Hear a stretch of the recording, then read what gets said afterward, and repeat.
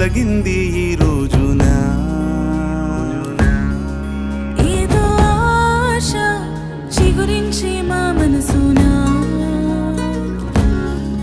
ఎదురు చూసి చూసి అలసిపోయి ఉన్నామని, మా చీకట్లు తరిమేసే వెలుగేదని. అయ్యో నా బ్రతుకు ఇంతేనేనా, అంతేనా అనుకున్నా.